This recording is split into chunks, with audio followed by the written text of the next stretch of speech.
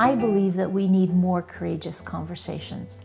I've worked in the mediation and facilitation field since 1989, first working in victim offender mediation and in the last number of years focusing on the workplace. And in spite of those different contexts and those different places, what I have observed is that we all struggle with conflict, and yet we all want to live at peace with our families and our workplaces and in our communities. I like to define conflict as colliding differences or unmet expectations, and I believe that that is actually necessary for our families, our countries, our workplaces to reach their potential. Partly that is true because we are all different. We bring something different to the table. And those differences are often because we have different values, different lived experiences, different knowledge bases, and different things that we've been exposed to. And those good differences can create conflict.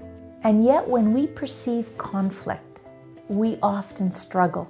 We become defensive, powering up or shutting down. We behave as if we're being attacked by a big woolly mammoth that is about to destroy us. And in that moment, we either attack somebody with our words or we disappear into silence. Simply put, there are two kinds of people in the world. Those who share the truth, their truth, sometimes with brutal honesty, attacking people's character and their intelligence. Or those who are so kind that they withhold their insight and knowledge, not wanting to offend anybody. And yet the second group can also be pushed to the point where they have had enough and they resort to their own form of brutal truth-telling.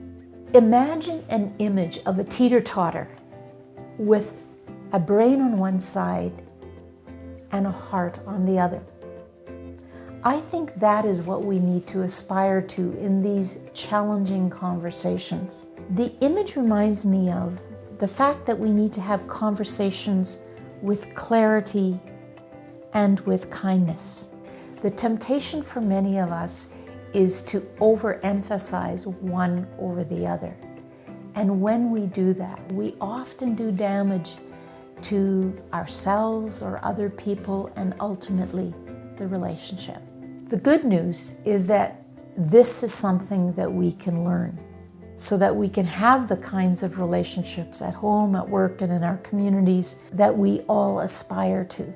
Courage comes from a place of deep respect for myself and for others. A courageous conversation is one where I speak the truth, my knowledge, my experience, with honesty and clarity. That is the brain part. All the while packaged in a container of kindness and deep respect for the other. That is the heart part. And I believe that takes skill and courage.